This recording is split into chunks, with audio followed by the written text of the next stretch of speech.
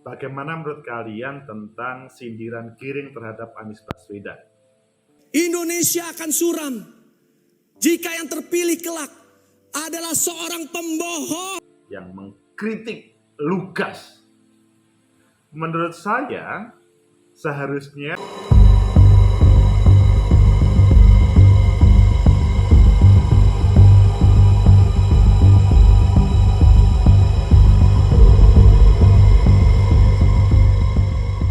Assalamualaikum warahmatullahi wabarakatuh. Selamat siang, salam sejahtera untuk kita semuanya. Pecinta masa depan negeri, hari ini kita membahas tentang apa yang lagi hot pada hari-hari ini. Kemarin kalian melihat bagaimana di acara ulang tahun PSI, sambutan Giring, sang ketua, di hadapan Pak Jokowi dan para kader, menyindir keras tentang posisi Anies Baswedan. pembohong dan juga yang pernah dipecat oleh Pak Jokowi karena tidak becus bekerja.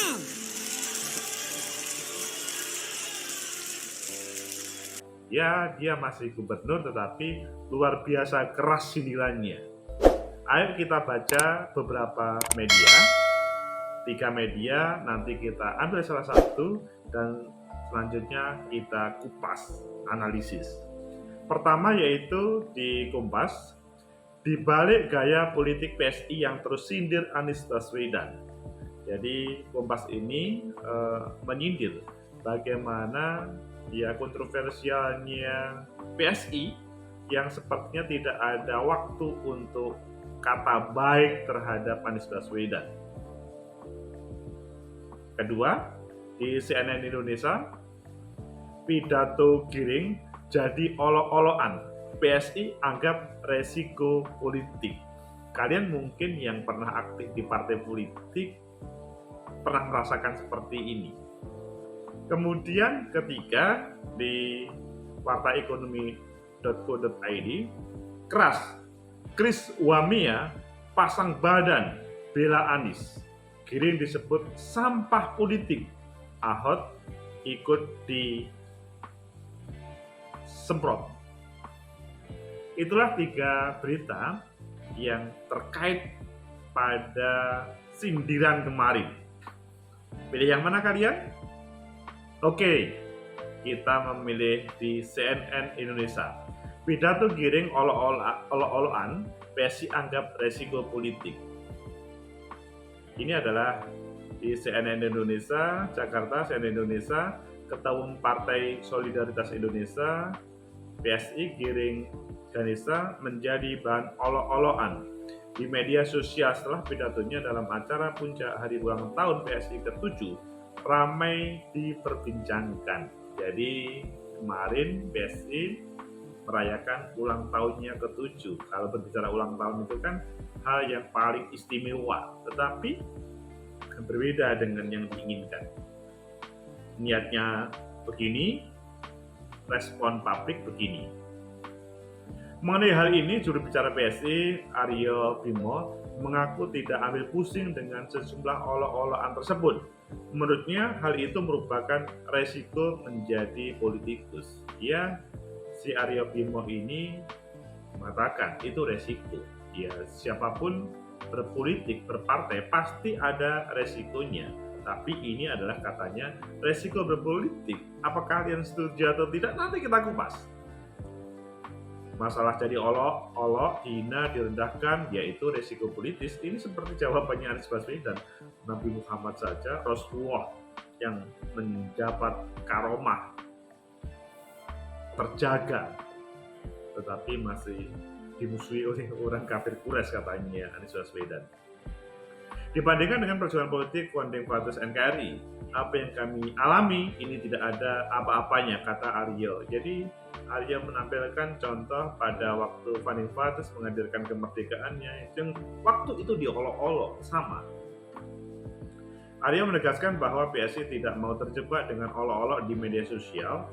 Menurut dia, olok-olok itu bukan suatu hal serius dan gagasan. Mungkin kalian akan berpikir, kemarin PSI itu mengolok-olok atau tidak? Ketika ada media sosial yang lain mengolok-olok, itu bagaimana? Coba, bagaimana menurut kalian? Ia juga menegaskan bahwa pidato Giring bukan spontanitas di atas panggung. Sejak awal PSI sudah mempersiapkan pidato tersebut. Apalagi ini dibuat secara serius. Pidato Giring tentu sudah dipersiapkan dan merupakan sikap partai imbuhnya. Jadi apa yang disampaikan ketua partai dalam hari ulang tahun itu adalah yang sudah disepakati. Dalam pidato HUT PSI ke-7 kemarin, Giring sempat menyinggung bahwa masa depan Indonesia suram apabila presiden yang terpilih ke depan adalah sosok pembohong yang pernah dipecat Jokowi dalam pemerintahan. Ex-vokalis Nisi itu memang tak menyebut nama dari sosok tersebut. Ya, tidak menyebut nama sih, tapi mungkin kalian sudah bisa menerka siapa dia. Dan ya semuanya pakai simbol ya. Namun sejumlah pihak berspekulasi bahwa sosok yang Giring maksud adalah Gubernur DKI Jakarta Anies Baswedan. Pasalnya selama ini di DPRD DKI Jakarta, fraksi PSI kerap berseberangan dengan Anies. Ketua DPP PSI Isyana Bagusyoga menegaskan bahwa pidato Giring tidak dimaksudkan kepada Anies, namun ia mempersilahkan publik menafsirkan sendiri pernyataan Giring. Pecinta masa depan negeri, itulah yang disampaikan oleh DPP partai politik.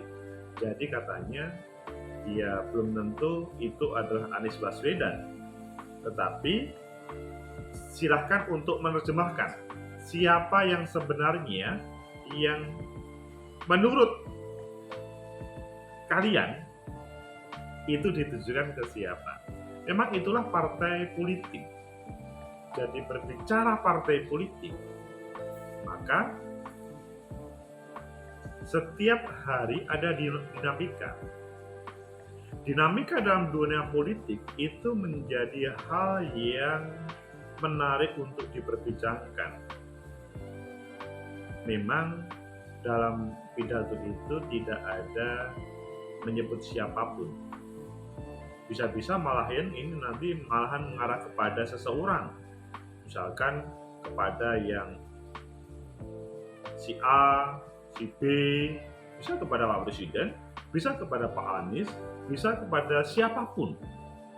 Kalau kalian pernah menjadi calon atau tidak harus menjadi calon lah, pernah mengikuti dalam proses kampanye, maka setiap calon, baik calon legislatif atau calon presiden, calon kepala daerah, mereka menampilkan visi misi kampanyenya, menampilkan gagasan-gagasan yang hebat, dan belum tentu hal itu tercapai. Sehingga dikatakan mungkin itu sang pembohong. Kan bisa saja itu selanjutnya kepada semua calon, baik legislatif eksekutif, mereka yang pernah berjanji dan tidak menampilkan, maksudnya menimbulkan bukti, maka itu adalah pembohong. Jadi berlaku untuk semuanya.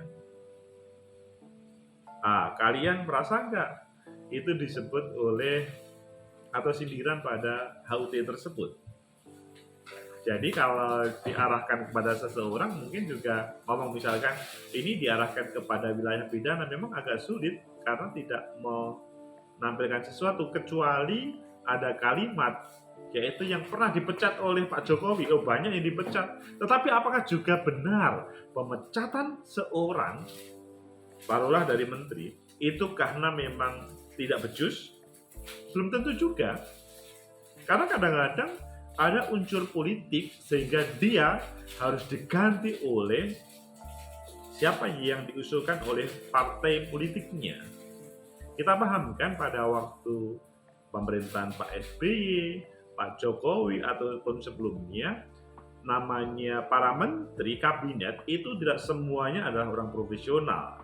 Sebagian masih perwakilan atau simbol-simbol dari partai politik. Kalau simbol-simbol partai politik, kalau partainya mencabut, maka ya meskipun dia hebat akan diganti. Begitu juga sebaliknya. Orang profesional kalau misalkan tidak searah, jadi kalau ngomong itu misalkan kalian pernah dipecat, itu belum tentu bohong, belum tentu bohong, belum tentu bodoh. Kalian masih ingat ya, pada waktu pelajaran di SMP ataupun SD ya, siapa tokoh atom itu yang tidak pernah lulus? Ayo siapa masih ingat? Jadi belum tentu mereka yang tidak lulus itu mereka bodoh. Tetapi banyak orang-orang hebat di negeri ini, di dunia ini, tanpa harus lulus dari bangku kuliah.